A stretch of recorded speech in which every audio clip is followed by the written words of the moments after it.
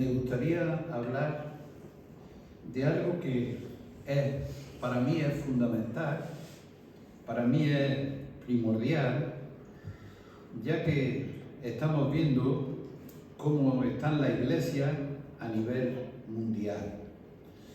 Para ello, en esta mañana voy a hablar del cristiano y su compromiso con la iglesia local. Por supuesto, vamos a ver también cuál es mi función y cuál es tu función dentro de la iglesia local. Contestaremos esas preguntas y también es muy importante y debemos de recordarlo porque el ser humano somos muy olvidadizos a las cosas y se nos olvidan. Y me gustaría empezar repasando lo que el Señor nos dice en el Nuevo Testamento. Primero nos dice qué es la iglesia y en segundo lugar cómo funcionamos cada uno de nosotros dentro de la iglesia. Mi preocupación es primordial y el propósito de este mensaje en esta mañana es que entendamos lo que el Nuevo Testamento nos enseña a cada uno de nosotros y sobre todo contestar estas dos preguntas que he mencionado antes. ¿Qué es la iglesia? ¿Cómo funcionamos cada uno de nosotros dentro de la iglesia?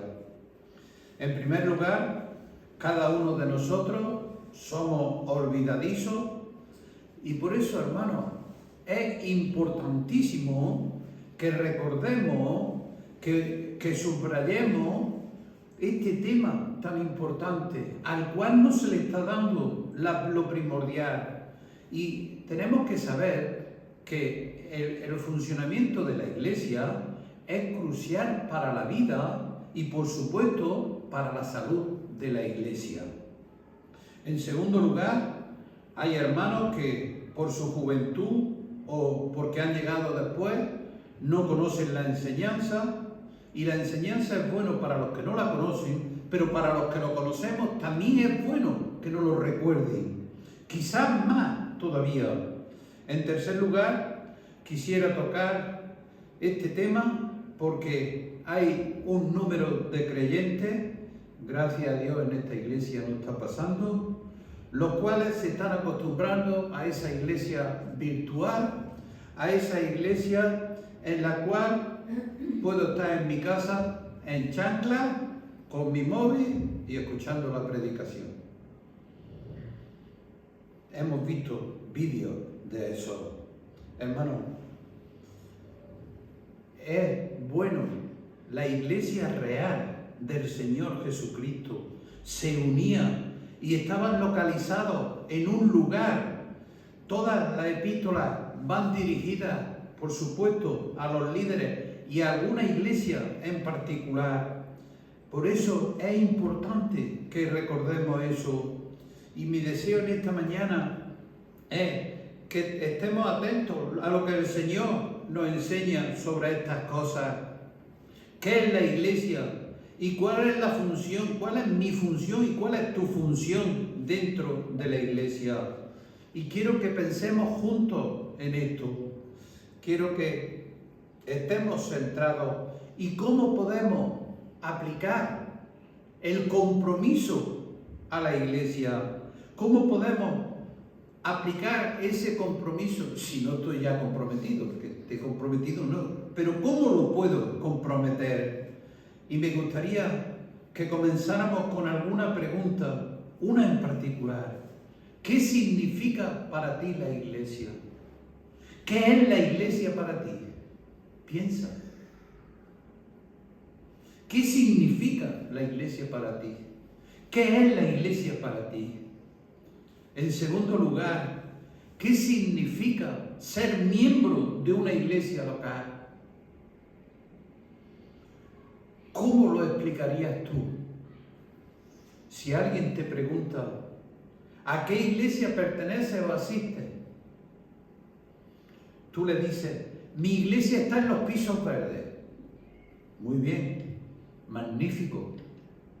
¿Y qué quiere decir con esto? Quiere decir que a la iglesia a la que asisto una vez a la semana, o una vez cuando me acuerdo, o una vez cuando me viene bien, o escucho algún sermón, si es el caso, y ya no quiero saber nada más. Y hago una diferencia, hago una pregunta. ¿Qué diferencia hay entre escuchar un sermón por la radio o por internet a escucharlo en la iglesia? Piensa. Entonces, ¿qué compromiso tienes tú con la iglesia local? Esas son preguntas que me gustaría que en esta mañana viéramos el trasfondo que tiene y que consideremos lo que la palabra de Dios nos enseña al respecto. Vivimos en una época en la que creo que la mayoría de la gente y también muchos creyentes no están comprometidos con nada. Son de manera realmente obvia, pasan automáticamente de todo. Vivimos en una época donde cada persona, y por qué no cada creyente, y no estoy hablando de ninguno de aquí, gracias a Dios, también hay que decirlo, pero hay creyentes que van a la iglesia, que buscan o están buscando beneficios para obtener algo para ellos, y se están proliferando en la iglesia, y no tanto como aportar, sino querer sacar. Son dos cosas distintas, hermanos. No, hoy no es común encontrar en la iglesia creyentes que estén comprometidos con la palabra, creyentes que estén comprometidos con la congregación. Muchos de los que asisten a la iglesia mantienen una relación, ¿cómo diría yo?, superficial y con la iglesia, e incluso antes de que termine de orar, el último que sabe ya está saliendo por la puerta y se está yendo. Pero también hay otros que no quieren compromiso, pero sí desean seguir escuchando solamente la palabra.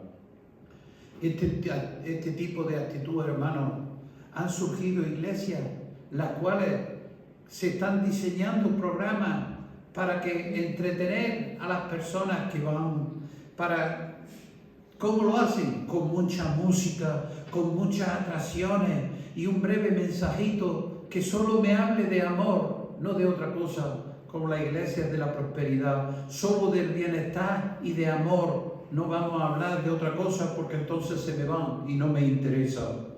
Muchas iglesias están definiendo el concepto de iglesia para brindar un producto a la gente, de lo que ellos quieren, no de lo que la palabra de Dios nos dice. No diseña un programa basado en lo que Dios nos está dando en su palabra, sino un programa basado en lo que yo puedo decir para que estéis contentos y estéis ahí sentados a gustito.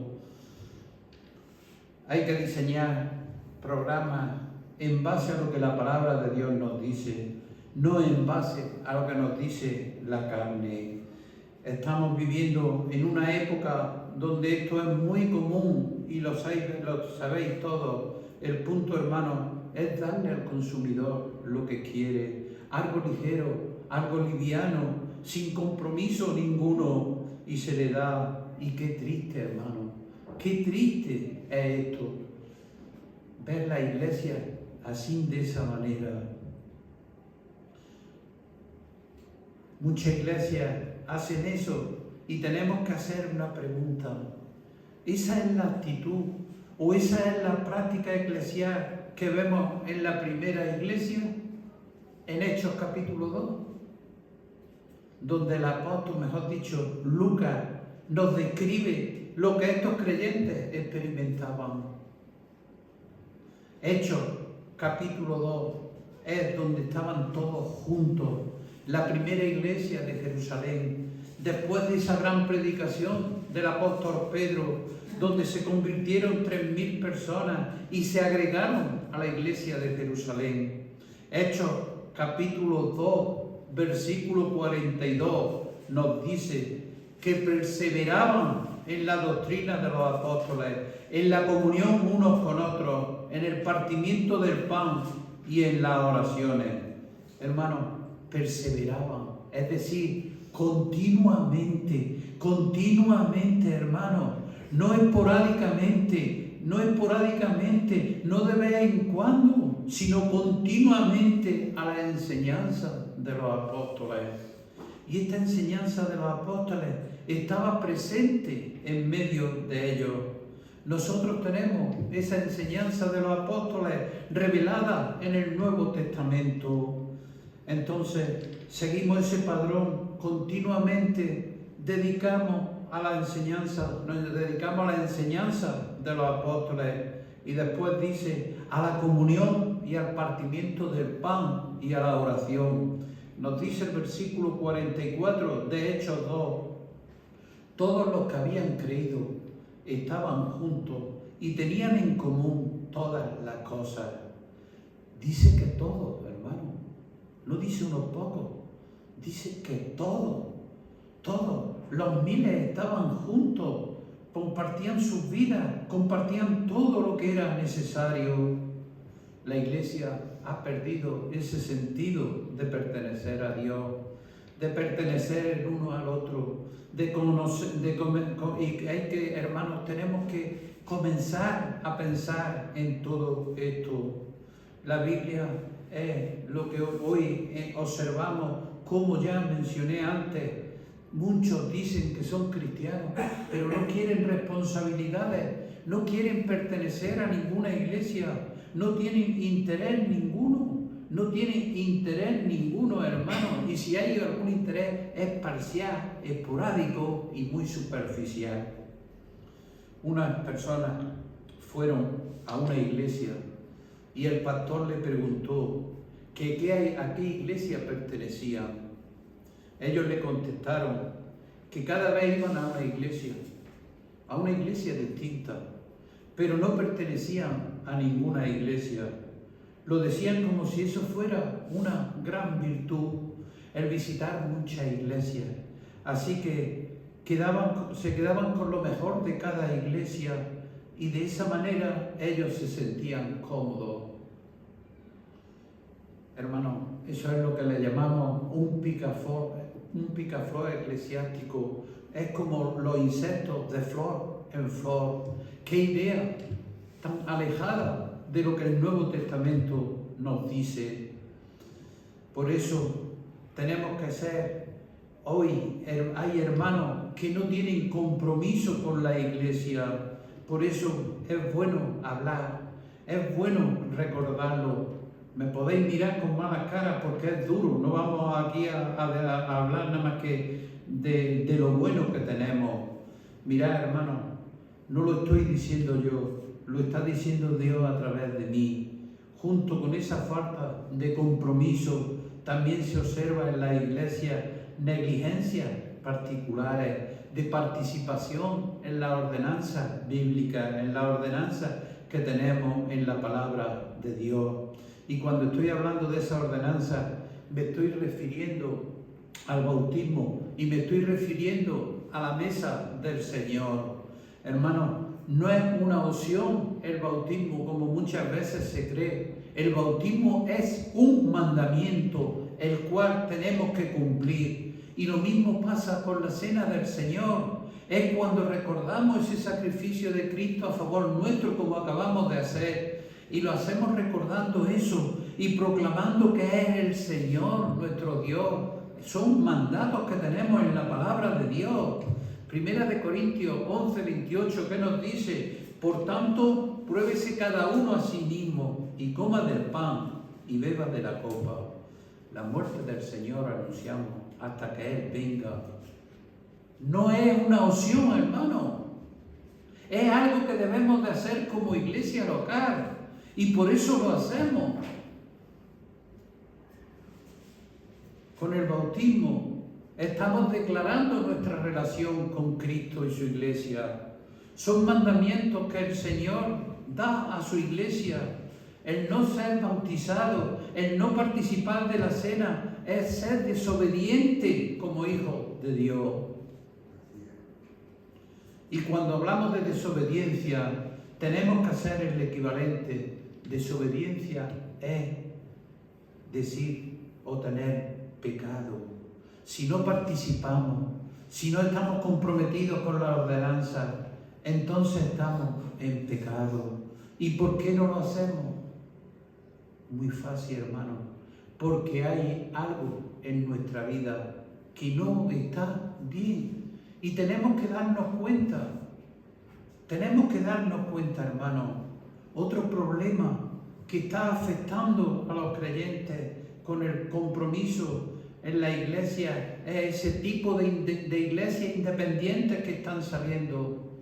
Ese tipo de iglesias en las que se establecen individuos que nadie los ha nombrado, que no son ni siquiera, no rinden cuentas a nadie, ni tienen ningún llamado, solo se afirman y solo montan ellos iglesias para el beneficio de ellos.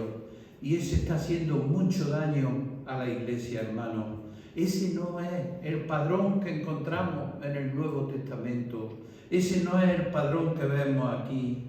Como veremos, el llamado al pastorado es algo muy especial que el Señor hace a ciertos hijos suyos. Entonces, esto de formar iglesias a lo loco, como se están formando, operar independientemente con toda autoridad, no es lo que nos dice el Nuevo Testamento, sino todo lo contrario. Esto lo rechaza, hermano. Fijaros, es un equivalente. ¿Quién iría a un médico que no tiene su licencia de médico? No iríamos ninguno, porque nos daría miedo.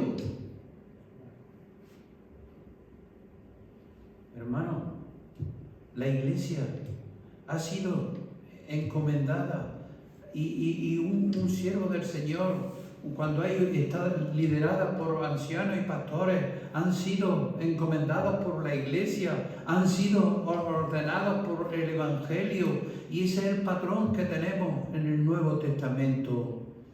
Por eso, hermano, cuando se va a seminarios, cuando se va a predicación, cuando se van a cursos, son para profundizar en la palabra de Dios, para poderla poner en práctica en la iglesia y para poder servir lo mejor a la iglesia a la cual pertenece. Ese es, hermano, ese es el corazón que teníamos que tener. Tenemos que meditar, hermano, en lo que la iglesia es según el Nuevo Testamento y el compromiso que tengo como creyente con la iglesia. Antes de nada, tenemos que recordar que el Nuevo Testamento describe a la iglesia por medio de ¿qué? De metáforas y de analogías. Y un ejemplo de ello lo tenemos en Efesios capítulo 2, versículo 19. Dice: así que ya no sois extranjeros ni advenedizos, sino conciudadanos de los santos y miembros de la familia de Dios. Aquí la iglesia se está describiendo como una familia. Es la analogía de Pablo que utiliza más.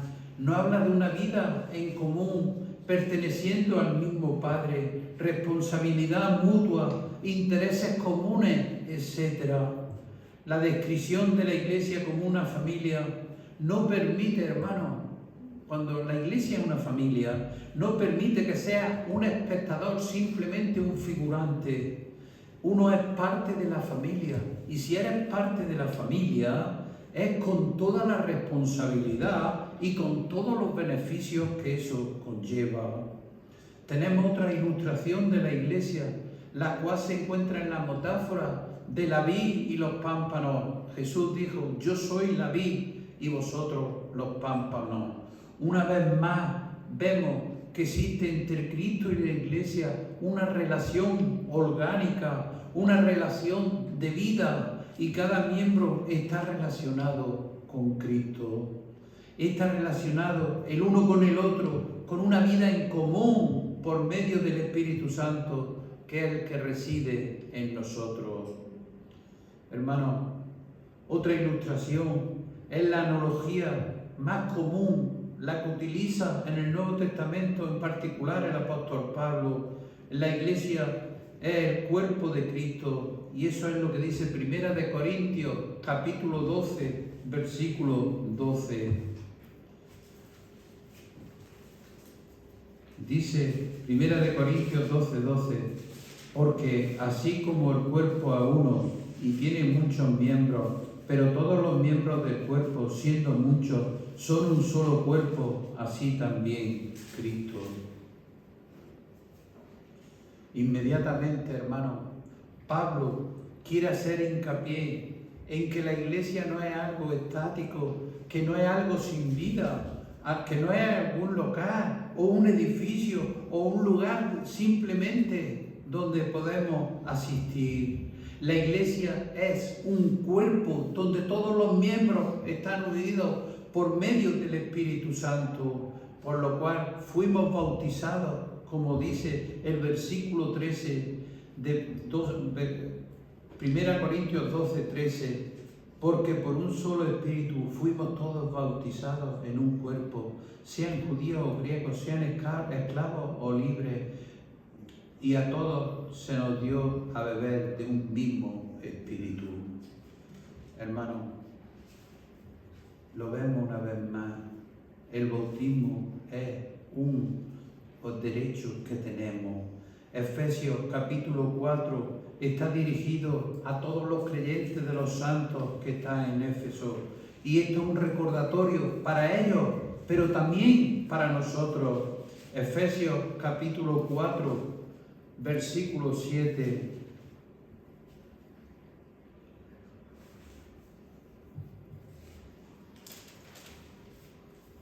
Efesios 4, 7 dice: pero a cada uno de nosotros fue dada la gracia conforme a la medida del don de Cristo. Pablo incluye aquí que se nos ha concedido la gracia conforme a la medida de Cristo. Muy bien, hermano. Aquí comienza a decirnos Pablo que cada uno de los creyentes tiene una gracia, tiene algo especial, el cual se debe de ejercer. Algo especial tiene cada creyente que debe de ejercer, que debe de hacer, como dice el versículo un poquito más abajo, el 11. Y él mismo constituyó a unos apóstoles, a otros profetas, a otros evangelistas, a otros pastores y maestros. Luego un poquito más abajo, el 14, para que ya no seamos niños fluctuantes llevados por donde quiera de todo viento de doctrina, por estratagema de hombre que para engañar emplean con astucia la artimaña del error. Y el 15, sino que siguiendo la verdad en amor, crezcamos en todo en aquel que es la cabeza, esto es Cristo. Y el 16, de quien todo el cuerpo, bien concertado y unido entre sí, por todas las coyunturas que se ayudan mutuamente, según la actividad propia de cada miembro, recibe un crecimiento para ir edificándose en amor. Hermanos, vemos algunos principios que surgen de este pasaje. Primero, notamos que esta metáfora está compuesta por miembros que pertenecen uno al otro. No hay miembros independientes en la iglesia, hermano. No hay llaneros solitarios en la iglesia. No hay gente que diga yo soy cristiano, pero me guardo para mí mi religión. Pero no te pertenezco a ninguna iglesia. Tal concepto no lo encontramos en la palabra de Dios. No existe en el Nuevo Testamento la idea de cristianos independientes o cristianos suertecitos por ahí que viven sin responsabilidades ni relación alguna con la iglesia. Eso es algo totalmente torcido, porque fuimos llamados ¿a qué? A salvación. Y si fuimos llamados a salvación, es obvio que fuimos llamados a formar parte de la iglesia de Cristo.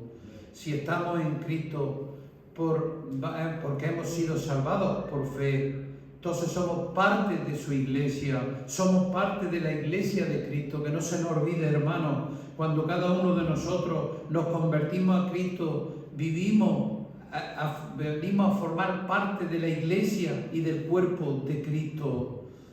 Somos un cuerpo, como hemos leído anteriormente, que no se nos olvide. y estamos espiritualmente unidos a Cristo, unidos el uno para con el otro. Por eso, hermano, la idea del cristiano independiente, trotando de iglesia en iglesia, viendo programas evangélicos de televisión, no es suficiente. No quiero decir con esto, hermano, también hay que hacer hincapié, hay hermanos que por enfermedad no pueden y en su predicación lo veo perfectamente porque tienen un interés, pero el que puede no se puede acomodar a hacerlo de esa manera, porque eso no es lo que la palabra de Dios nos dice. También lo tengo que decir, si pensáis que es un poco duro, pero es lo que la palabra de Dios nos dice, porque la preocupación a mí personalmente es Bailén, y queremos tener creyentes que participen en la congregación, creyentes que entiendan que somos esa luz que el Nuevo Testamento nos habla. Qué interesante es, hermano, que todos los cristianos de Hechos, capítulo 2, se identificaban con una iglesia sin excepción. A partir de Hechos 2, se identifican con una iglesia sin excepción. Todos los cristianos eran bautizados, porque el bautismo, como dije, me identifica con Cristo y su obra. Me identifico también como aquellos que son de Cristo. Ser cristiano y no bautizarse, es decir, yo no estoy identificado con Cristo, y esto es imposible, hermano. Ya lo dijimos, es desobediencia. Sin embargo, como ya hemos mencionado anteriormente, hay muchos cristianos que no ven esa necesidad de bautizarse en obediencia a ese mandato que tenemos de Dios. Como dice la primera iglesia, todos los cristianos fueron bautizados, porque el bautismo no es algo opcional, hermano. Dice el 2:41, así que los que recibieron su palabra fueron bautizados, y se añadieron aquel día como 3.000. Se sabía, hermano, quién eran los creyentes de la iglesia, se sabía cuánto había, se sabía cuál era cada uno de ellos, se identificaban con su Salvador Jesucristo y con otros creyentes por medio del bautismo. Otra cosa que también vemos en la palabra de Dios, si los creyentes pasaban de una iglesia a otra, se iban de una localidad a otra, llevaban consigo esa carta de recomendación de la iglesia de la cual venían. Era una práctica que la palabra de Dios nos lo dice en Romanos capítulo 16, versículo 1. Cuando uno se iba de una congregación a otra, tenía que tener una razón, pero tenía que ser bíblica, hermano. Pablo escribe acerca, y en Colosenses capítulo 4, versículo 10, cuando Marcos, el primo de Bernabé, le dice que Marcos tiene buen testimonio, recíbanlo. Este tipo de recomendaciones era muy común en las iglesias primitivas. Veis lo distinto que es hoy en día. Ya hay casos muy específicos, hay casos de muchas iglesias que no lo quieren hacer o no lo hacen. Pero, hermano, es una cosa, yo sé que vosotros, como habéis salido del país, es muy difícil traer la carta de recomendación, pero hay otros hermanos, los picaflores, que hoy están aquí 3 semanas y luego se van a otro lado. Eso sí, hay que pedirle esa carta a ver por qué estar allí. En vuestros casos es mucho más distinto.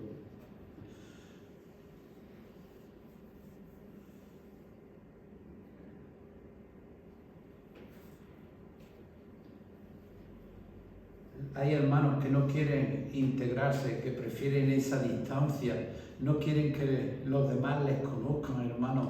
Muchos no desean responsabilidad ninguna. Existen personas dentro de las que no quieren rendirle cuenta a nadie.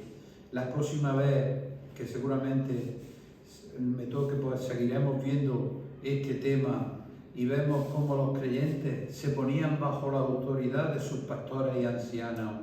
Por eso la palabra de Dios nos dice que ordenó en la iglesia pastores, ancianos, para servir al rebaño. Entonces, si tú vas de aquí para allá, ¿quién son tus ancianos? ¿Quién está sobre el cuidado de tu alma? Si eres un picaflor. Por eso, hermano, tenemos que hablar de estas cosas por razones obvias, las cuales las estamos viendo en la palabra de Dios. Recordemos esto, que somos parte del cuerpo de Cristo.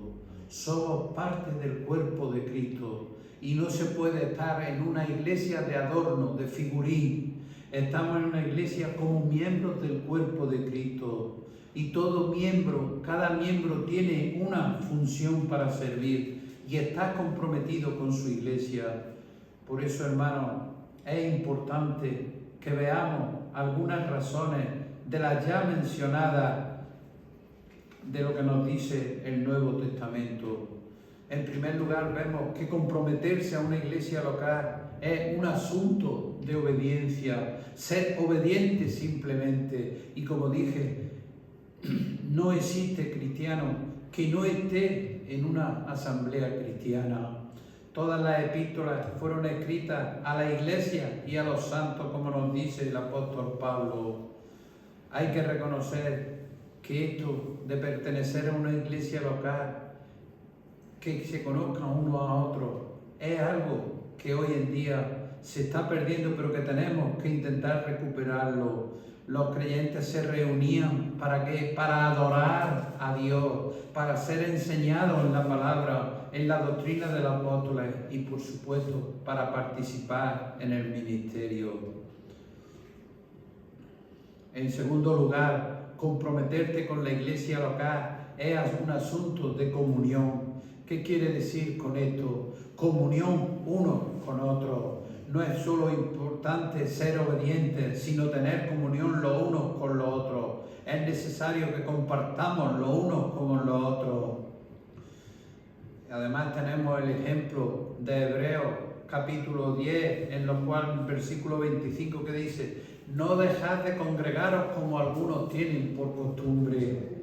Hermanos, no debemos de dejar por una enfermedad, por un viaje, pero no porque estoy más a gustito con mis zapatillas, con los pies estirados en el sofá. Hermanos, tenemos que ser responsables cada uno en la iglesia donde estamos. Tenemos que ser fuertes en la iglesia en la que pertenecemos. Hay razones que nos hacen que estemos comprometidos, y es una cuestión de amor, una cuestión de responsabilidad. Tenemos que tener corazones dispuestos. Por eso, hermanos, hay que tomárselo muy en serio cuando hablo de compromiso con la iglesia. Tenemos que ser constantes en la palabra de Dios. El próximo día que me toque continuaré hablando de este tema, el cual para mí es muy importante, y os lo digo, hermanos, vamos a pensarlo. ¿Qué es la iglesia? ¿Qué compromiso tengo yo con la iglesia? Porque el Señor nos ayude a cada uno a reflexionar y a poder ser ese compromiso que el Señor quiere que tengamos. Vamos a orar.